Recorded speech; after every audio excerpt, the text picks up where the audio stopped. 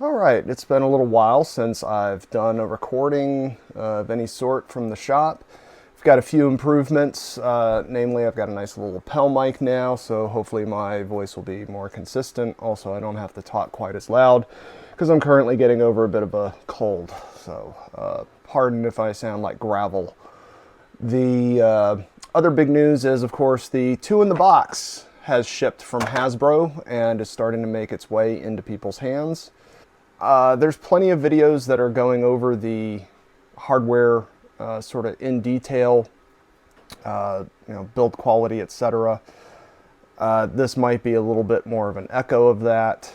I don't mean for it to be a critique, but we are going to go over a few things that are annoyances and will probably be changed in the near future. I could see a lot of people doing some modding of these devices, myself included. There's definitely some things I plan on changing. There's some stuff that I think they really did get right. And I'm going to try and highlight the good stuff and what it means for modding, or at least as I see it.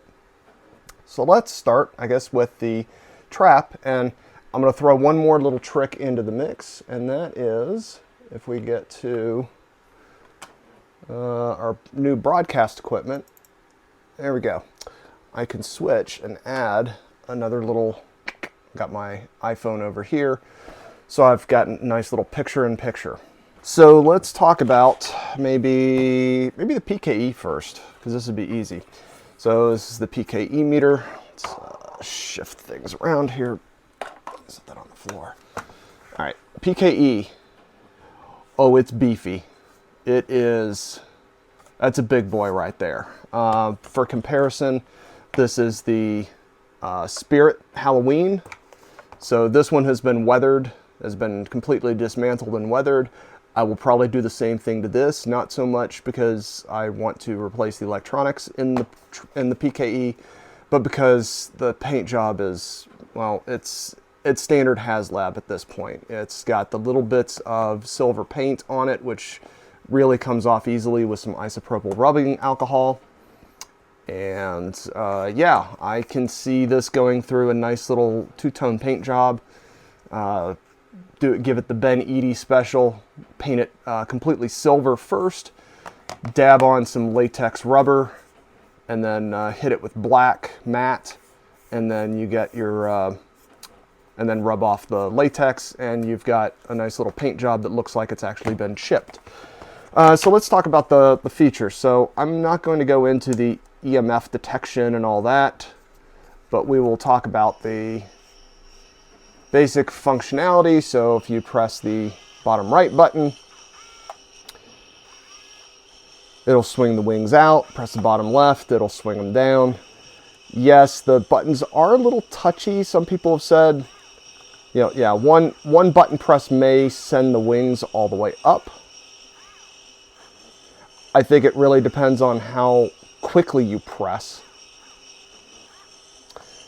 So there's that.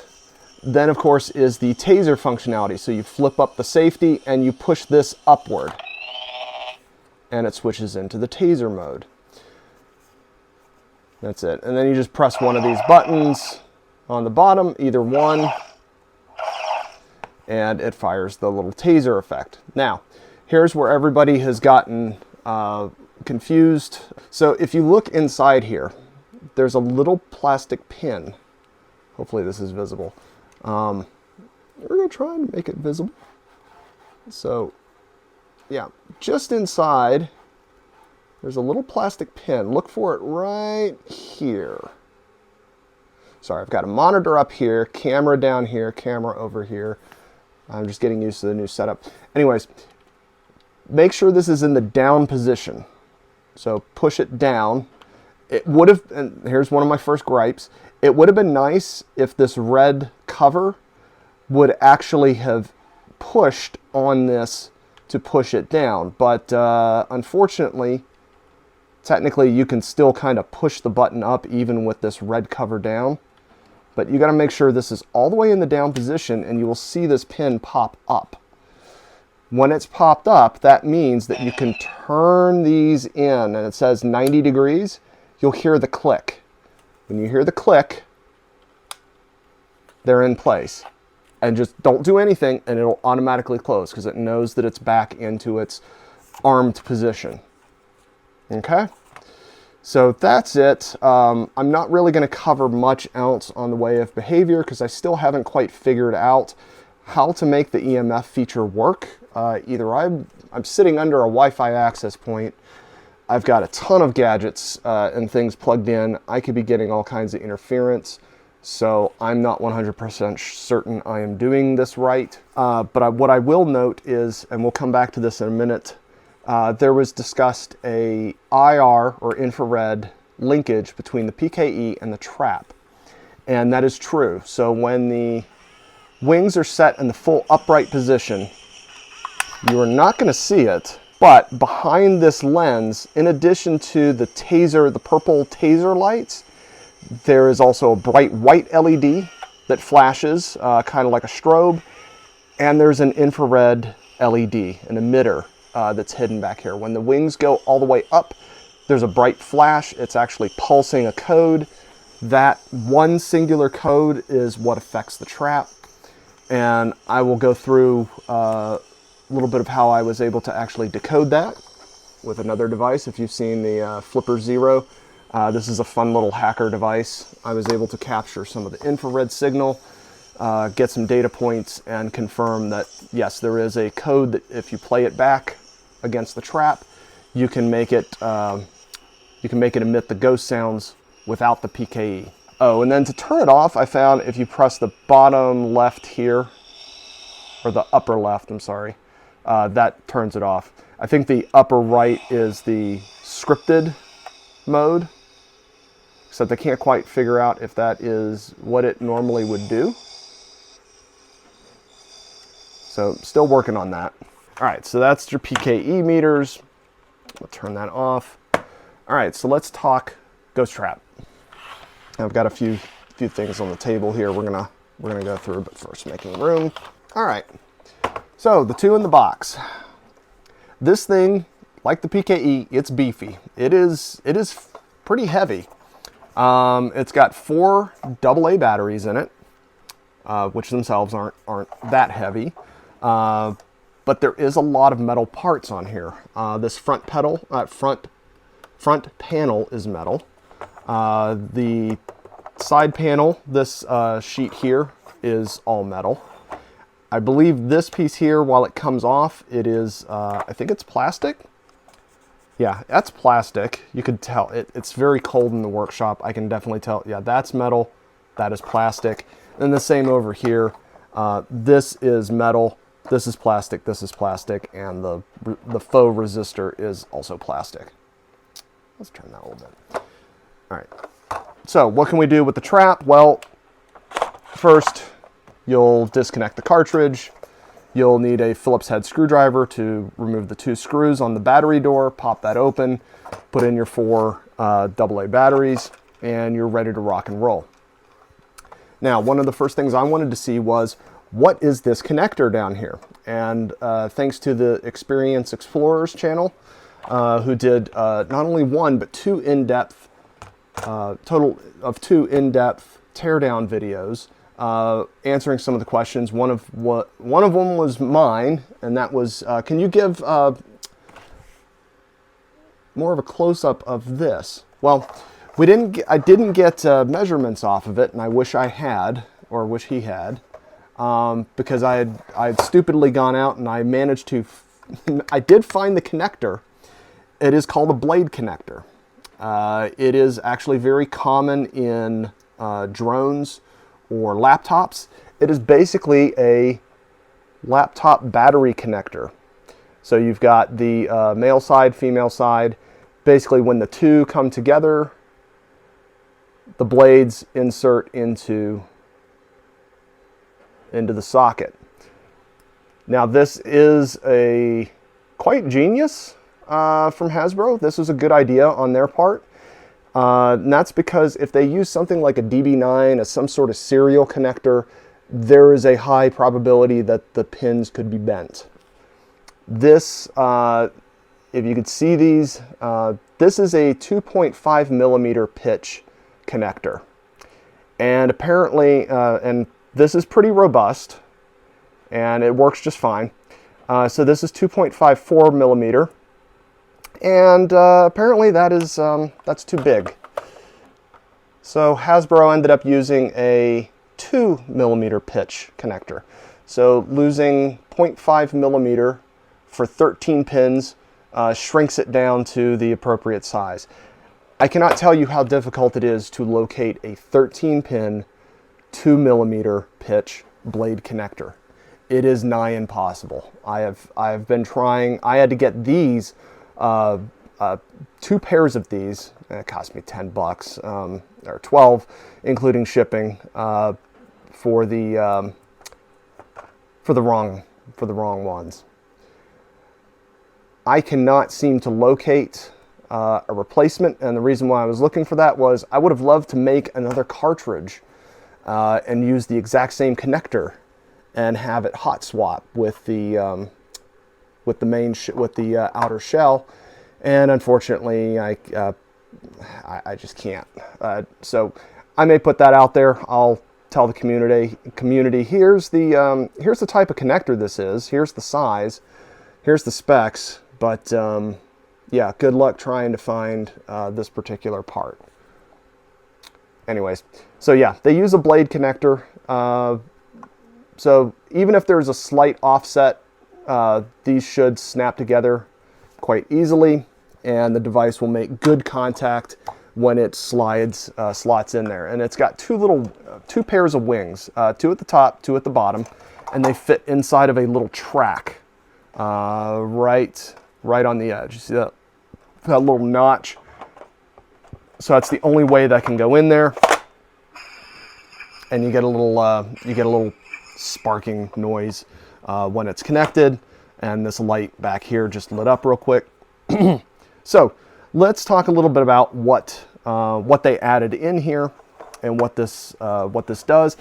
And unlike some of the other folks who go into detail on the features, I'm going to look at this a little bit more from possible modding aspect and how the things work, because I've seen now several first-hand teardowns, and I fully intend to tear this down. But first I want to make sure I understand how it works on the outside, think about what I've seen on the inside, and then I'm going to tear it down and hopefully be able to still use it even in its partially torn down state. All right, so flip this forward, it's on. Center straight up is off, and if you push it back, it's on, but with the rumble feature, and the rumble motor is located back here. All right, so the bar graph on the front. There's your, I think they call it the power indicator light. There's one of our ghost sounds. There's the infrared receiver right here. I'll get into that in a minute. The bar graph, for better or worse, a lot of folks have complained that it does go the wrong way when it's capturing the ghost. It's supposed to go from, if you're looking at the trap this way, everyone says it's supposed to go from left to right. I believe that is, oh hush. I believe that is correct, because it's the same thing I did for my spirit trap, which I'm going to show in a second for a comparison. All right, let's see. On the front, the dial on the left, this is the bar graph selector. So when you turn this dial, it's going to change the bar graph. Now, all you can do is you can turn the dial back and forth. It's not actually changing by turning the dial itself. What you're doing is you're using it's using a momentary switch. So every time you turn it, it's pressing the switch, and every time you press that switch, it changes the pattern for the bar graph. So what Hasbro did is there's a lot of built-in what they call compliance objects. So objects that give some sort of resistance. There's a little plastic clip in here and springs elsewhere. I may be silencing this thing somehow. So they provide the resistance so that you actually get the clickiness out of it. Like on the side, this is the volume and rumble power. Inside is a standard rotary encoder. So you could keep turning. There is no end to it. So it just keeps turning. But the little clickiness comes from inside where this faux dial is mounted to the plate, and then there's a little post that goes through and turns the encoder. So the clickiness comes from the outside. The actual electronics just registers which direction it's been turned. On this side is the ghost selector. Internally, this is called the wiper. And when you look at the circuit board that's in here, it's basically a set of semicircles. And then on the back side of this, all right, I'm gonna turn that off. You're too loud. All right, so on the back side of this wiper is a series of little pins that are all lined across, so they make contact with those metal strips. And as you turn, it selects a different ghost sound. I think so. There's up. We're going to go clockwise here. So that's 2, 3, 4, 5, 6, 7, and then back up. So basically, for each of the modes, Ghostbusters 1 and Ghostbusters 2, there are 6 ghost selections plus random. Random is when this is straight up, you will just get a random sound. And that's like when you use the PKE to trigger this, you'll get a random sound. Whereas I think if you are selecting a specific ghost, you will only get that one or some sort of variation of it. So that's how they did this. So that inside there's basically this dial provides the clickiness and the built-in detents so that it stops at those 7 positions. But internally, what it's doing is a little strip of metal is just touching one of 4 different conductors. And my bet is when I finally get in here, I'll be able to identify, I'm sure one of those is a ground, and then the 3 others are just picking up whether they've been connected to ground via that little metal strip inside. So the wiper just crosses those connectors.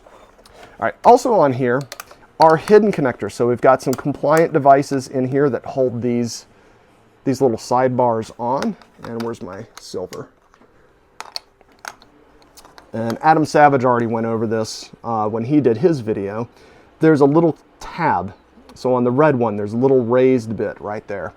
That raised bit comes into contact with a little sliding mechanism. All that's doing is it's pushing in on another momentary switch. So when those are not in, by the way, those switches are the only things. You could leave the silver ones off, which don't have the center post, that's or that little bump on the middle. You could leave those off, and that's the same as just not pressing the 2 switches. There's one at the top, one at the bottom. I don't know if there's anything unique yet about whether you have to have both, one or both, in order to trigger the Ghostbusters 2 mode. But I can tell you that, yeah, when you press these in, there's little clips that snap and hold onto these, and all they're doing is they're pressing in on that little piece of plastic, which is then pressing on the switch and holding it down. So as long as there's a contact, that switch is making contact, it's going to tell the controller what state it's in, whether it's GB1 or GB2. Now, real quick, I do want to point out, there's actually 2 controllers in this. There is one here in the base of the unit, which handles all of the external, here, and this might be a better visual. So there's a controller in here, which handles everything from the sound, the pedal connection on the back. So there's 3 pins. There's going to be a power, ground, and a signal line. The power and ground are going to help turn on and off the LED on the trap pedal so that it blinks, and some combination of those will go to the signal. I think I've heard that it's the positive goes to the signal line when you press on the trap pedal, and that's what signals that you have opened or closed the trap. All right, so it handles that. The switch here and the LED here this encoder on the side, the ghost selector, and the 2 switches here. So that's what that controller here handles. So all of the sound effects, all of the interactions that are initiated by the controller will be picked up through these contacts. I'm going to try and map these out and figure out what exactly each one of these contacts does. But every interaction goes through this controller, and that's where the audio effects are housed. So what about this device itself? Well, there's really not a lot to it. Like I said, we've got the bar graph, which is actually 10 individual LEDs. We've got the orange power indicator, the infrared receiver. We have a single motor inside of this device, and I'm going to force open the doors real quick just to show. Can you open the doors? Yes, you can. So you can force the doors open. There is a gearbox in here, which is driven by the motor. The motor turns one way, the doors open. Motor reverses direction, and it closes. There's also two reed switches of some sort in here. One that says the doors are closed, and one that says the doors are open. And then depending on whether they are open or closed, affects which way the motor runs. There are 6 LEDs inside of the cartridge itself, so 3 on one side, 3 on the other, and then the 2 switches in the front. So I realized I went over the bar graph selector, so you just turn it back and forth, and it affects the which pattern is in use. The other one is just, it's kind of the same. It only goes one way, then the other, but it actually holds the switch down. So this is the ghost, no ghost mode selector. So when you turn it one way, it's holding down the switch. When you turn it the other way, it's letting go of the switch. So it either closes the circuit or opens the circuit. And that's how that works. These are dummies. They don't do anything. They just click. Again, compliant mechanisms. Inside, I think you can easily pop these out. Oh, that actually has multiple... This one, I just realized, this one only goes to 2 positions, and it has 3. Nice. Okay, so batteries are in here. Batteries are located underneath here. Sitting on one of these sides is the controller for the cartridge, and that's going to affect all of the motor logic and all the other sensors that I told you about. The 2 switches that tell it whether the doors are open or closed.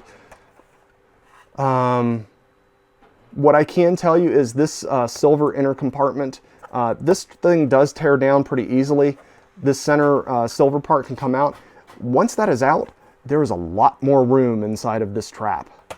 So those who are making smoke kits right now to fit this exact size, what I think is going to be a good opportunity here is redesigning this so that maybe these 6 lights, which are held in with screws, remove the light assemblies and pop them into a new frame that maybe just bolts in, but leaves the rest of the interior empty. You may see the wires. We could probably model up something that would hold the controller and tuck the wires away, but it would give a lot more space inside of here. Even this bit here, this is covering the battery. The battery box is right here, and so this raised bit that's in the bottom, that is because of the batteries. All right, so let's slide this back in here. Notice as soon as it reconnects, it registers that the doors are open and it closes them. Let's also talk about, oh right, I have to turn it on. All right, let's talk about this. So this is the service mode, as they call it. So one press opens the door and it plays this little humming electronic noise. Press it again and it closes. I think if you double tap, it initiates the trap sequence. I can't remember if there's a way to...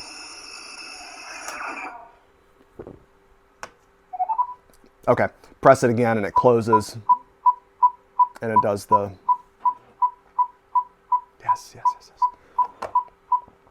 Before I go further, I know I've covered a lot of weird topics here. I'm kind of rambling.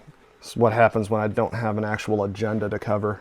I've got a talent cell in this one. So what's the difference between these two traps? Well, obviously this is the Hasbro. This is, all right, let's turn that off again. This is the Hasbro. This is just a Spirit trap or a Walmart trap. It has been highly customized. And I can tell you, both of these are probably about the same weight. I've clocked this one in at about 3 pounds. This one is pretty darn close. This one has a talent cell 12-volt battery in it. This one just has the 6 volts worth of AA batteries. This one has a smoke machine in it. This one doesn't even have half the stuff inside of it that this one does. Now, one of the things I liked about the HasLab, as soon as we saw the service mode, I had done the same thing on mine. I have a hidden button. When I press it, the trap top opens. I've got inside this one, I really wish now I had just done the Charlesworth Dynamics version of the trap, but at the time I didn't have the ability to print the full trap in one piece. I was still learning 3D printing, so I just took all my components are throughout here. I've got a controller down at the bottom. I've got an audio amp. Speaker is here. LED ring is right there. I've got a laser projector right here. Let's see. Yeah, so similar to this, if the doors are open on my trap, when I turn it on, the initialization automatically detects that and closes the door. So again, I like that Hasbro thought of that as well. So if you have the doors open, it checks and it closes them. Let's see. Mine uses servos, so I actually have to have 2 servos working in tandem. They were smart and just did one motor that is just a continuous loop. It's not positional. It either runs forward or it runs in reverse, and then it uses the sensors. Excuse me. Uses the sensors to know what state it's in. On mine, I don't have the ghost selector, but I do have a clicky knob on the side. If you press it, it does the sort of the taunt that Egon did when he was on the dirt farm and he holds up the trap. I can tell you both have the exact same problem. This handle has some give to it. Remember, this one doesn't even have the smoke kit in it, and it's as heavy as this one already. I can feel the plastic bending on the Spirit trap. I can feel a little bit of give on this one. It's a little more robust because they meant for it to be handled like this. I've got metal bracing on mine just to keep it secured because it just had one little bit of plastic that connects and holds the whole thing together. So in both cases, I would not try to pick these traps up very often by their handles. I would grab them here, if anything, or just grab the whole trap to pick it up. Oh, the other thing I did was I took the plastic wheels off and I did skate bearings on the bottom for mine. And of course the HasLab has the nice beefy cast metal rollers. I know some people don't like the big rollers. I prefer obviously the small ones. So I will probably replace mine with lower profile, but that does mean that it's not going to clear the V-hook. So give and take, pick your battles on what you want to mod. So maybe I leave this one alone, not touch that. Oh, so you do a double tap of the hidden button on the HasLab. I did the same thing on mine. You have a side button, you press that. Bright flashing lights. I also have a laser projector in here. And let's just say the new one, here's a laser diode or laser device. I may be doing something similar with the HasLab just for special effects.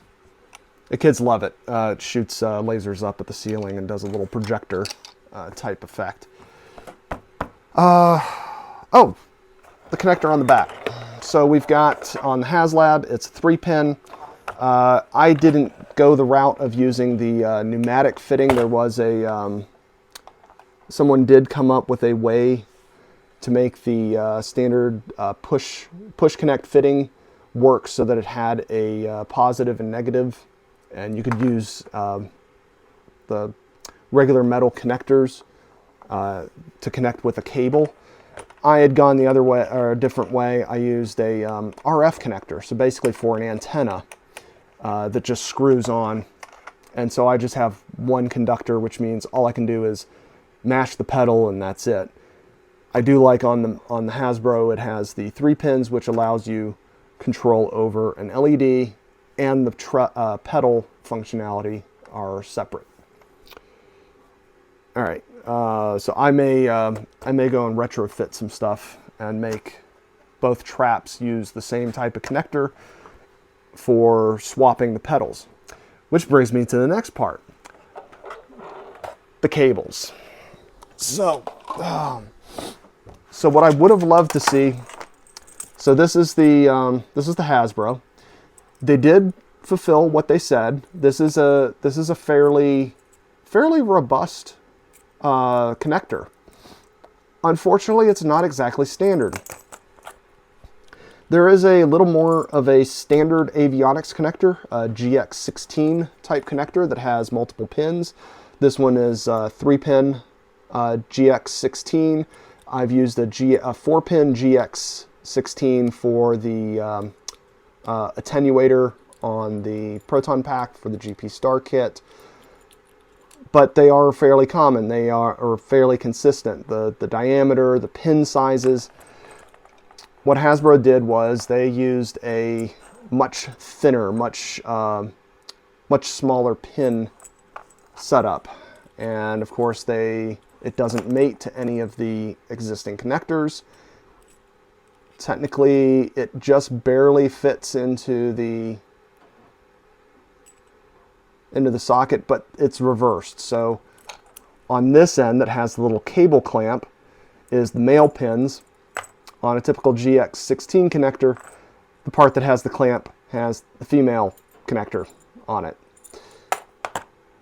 The good news is, I think it would be trivial to swap these out. You could probably, I bet they are very similar in size. This could be screwed on to the outside of the trap,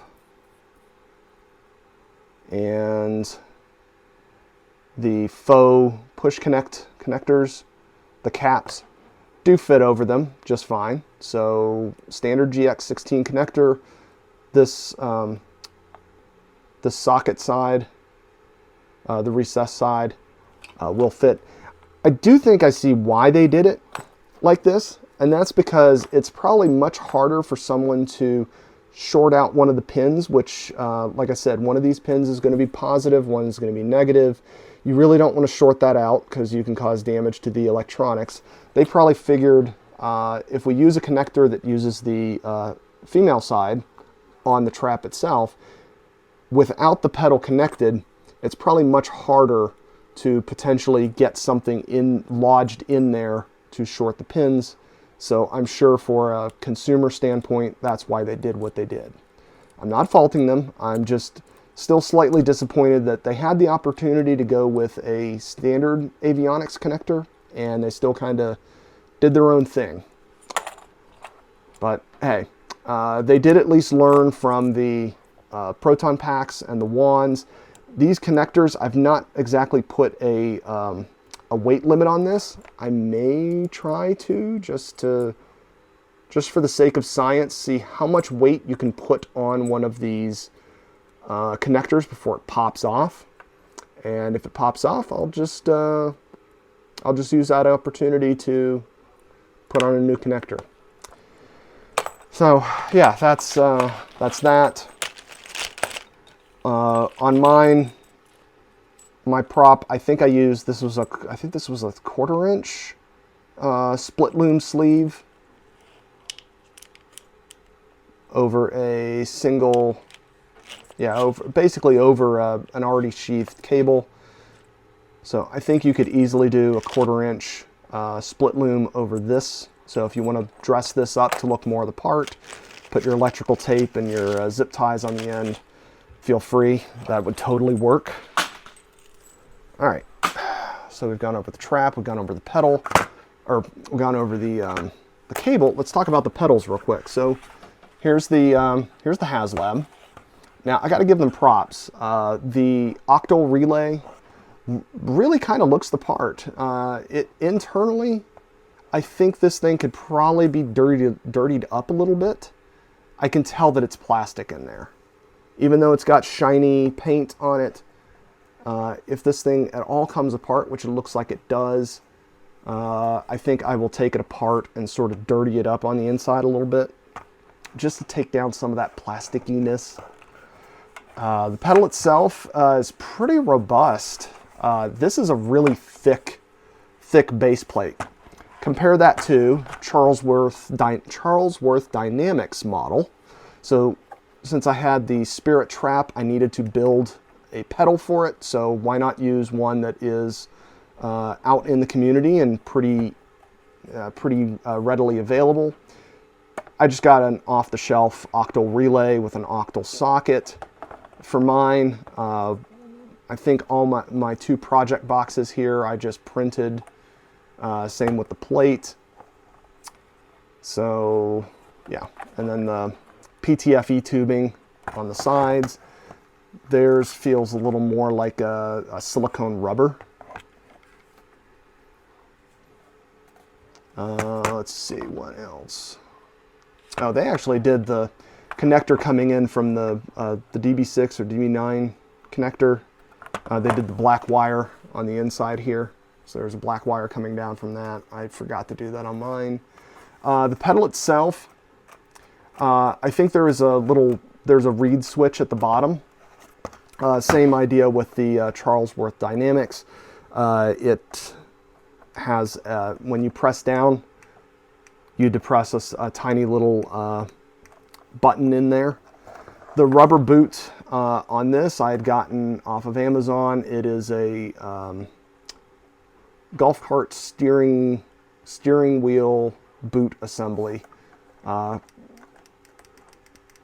So that's the one I used.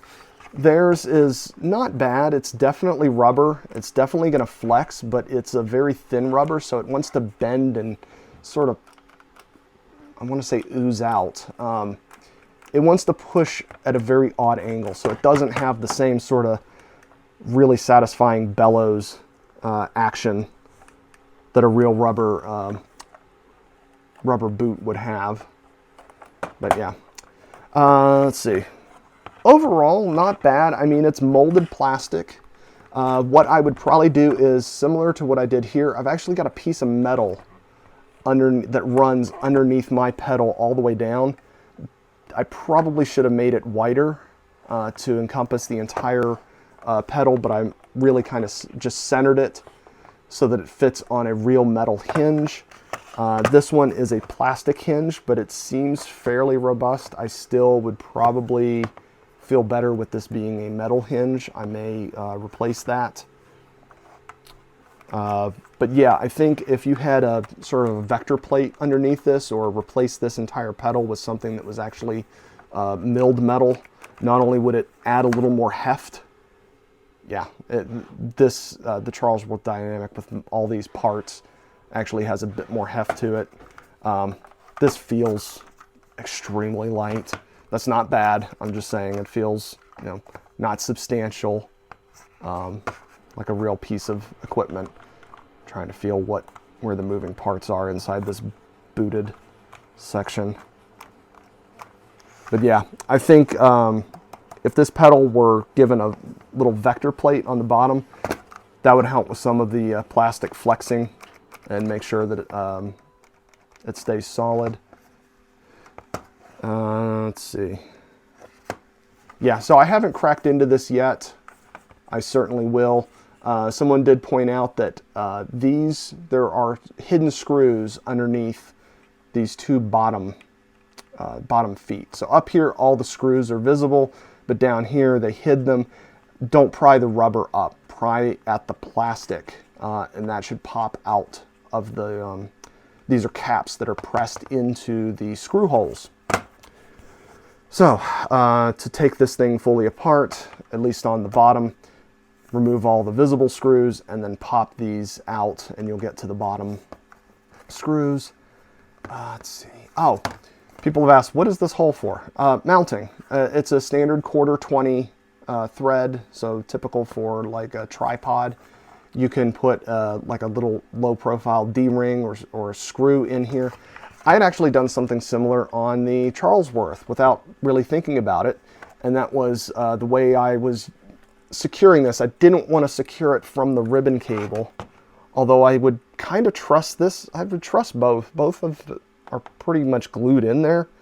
But this isn't a bad idea if you get a small mending plate, or I don't even know where I got this, but it had 2 holes in it, and I just put a screw in it, and I can hang the pedal off of securely from its base plate. Same idea here. So that's a metal thread in there. You can put something in there and use that to hang the pedal as opposed to using the ribbon cable. All right. So that's really all I've got so far. I'm expecting this to be a very simple design with it only having 3 wires. There's going to be the LED here, which is going to have to get power and ground. The pedal itself is just pressing a switch. And like I said, I know that one of these wires is for a signal. And from what I've heard, the signal line, I think, gets pulled high. So it's going to connect to the 5-volt input. And that's what tells the trap that it needs to open or close. All right. What else? Oh, let's do real quick let's take one more look at this guy. All right, turn him on. So like I said, there's the ghost selector.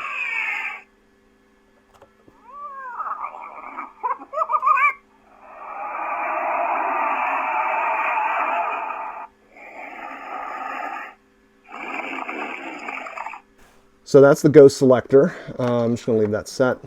So what I did was, like I said, I used the flipper to record the infrared signal that was coming off of the PKE. Did that a couple times. Data was coming back pretty consistent. Thanks. So that indicated to me that it's only sending one signal. And in fact, when I play back and use this like a universal remote and use the infrared emitter against this device, lo and behold, it worked. It started playing the ghost sound as expected. Now I know it's making sounds right now because, yeah, it's going to do that on occasion, but we can make it do it on demand. All right, so what I did was I plugged in a little Arduino Nano that just has a infrared emitter at the end of it. So you're not going to see the light blink, but I assure you, every 5 seconds,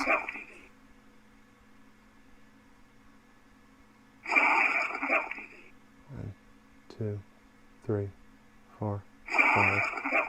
1, 2, 3, 4, 5. See? So I think we've proven. So I make this little guy jump. Yeah. So I've already made a. Let's turn that off. So I've already put a GitHub repository out there with some sample code and brief explanation of the parts needed and what to do this yourself. But yeah, it should be completely possible for you to trigger the trap sounds, the ghost sounds, however you like, without having to use the PKE meter. So somebody had already had an idea of what if you put that into your ecto goggles, so when you look at the trap, it triggers the ghost sounds. Or what if you had an emitter on your Neutrona one and you just press a little button to trigger it, and you're pointing at it, kind of like doing like Venkman nudging the trap, and then, you know, it makes the ghost sound after it's been caught. So the ideas are up to you, but I put the code out there so y'all can have fun with it and use it for something cool. Let me know what you end up doing. And I think that's it. I know I've rambled on a lot. This is just me sort of cursory going over everything. I've watched everybody else's videos. I've watched all the unboxing. I pretty much tore right into this thing. There isn't a lot in the way of instructions that Hasbro sends to explain what in the heck all the dials and the buttons do. It is a little bit infuriating that even I'm kind of struggling trying to figure out, all right, what is this? What does it do if I push this button and then hit the pedal on the trap? Or sometimes when I'm in spooky mode, the pedal will not engage.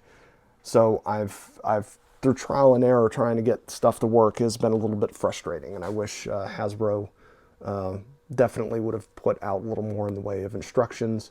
So maybe we can reach out to them, maybe they can put something out. And yeah, other than that, it's still a fun toy. If you got kids, they're gonna love this stuff. For the diehard fans, yeah, I know y'all are gonna wanna mod the crap out of this. As soon as I tear this down and map out all of the internal electronics, we're going to be looking at what can we do to replace the electronics, so that people don't have to crack open the wiring in here. There's a ribbon cable that runs from the bar graph to the controller. I've already seen a great little breakdown of how you can swap the order of the pins on the ribbon cable to reverse the bar graph. Brilliantly simple idea. Kudos to them for making that available so that people can do an immediate fix and resolve one of the primary gripes. So good on them for putting that out there. And yeah, I know there's a lot of stuff in here. Sound effects all come out of a little speaker on the bottom. So I got about a 50 millimeter speaker. We're going to see if we get higher quality audio out of this thing. That's another big gripe from the community, and it's not unfounded. You can't hear this thing across the room. But it's also not like the proton packs. You've got very limited space in here for that sort of thing. But we'll see what we can do. I think Hasbro gave us a really good leg up. Just having the shell, the cartridge-based setup is something I've always wanted for the Ghost Trap. To make it a little more authentic, since you can, pop this into the containment unit and then a little more accurate to the movie. Next time you hopefully see me, I'll be doing some sort of a teardown. I'll have the same setup. I'll give you the close-up view, plus me just going at it with a screwdriver and tearing this thing down. Alrighty, until next time, bye.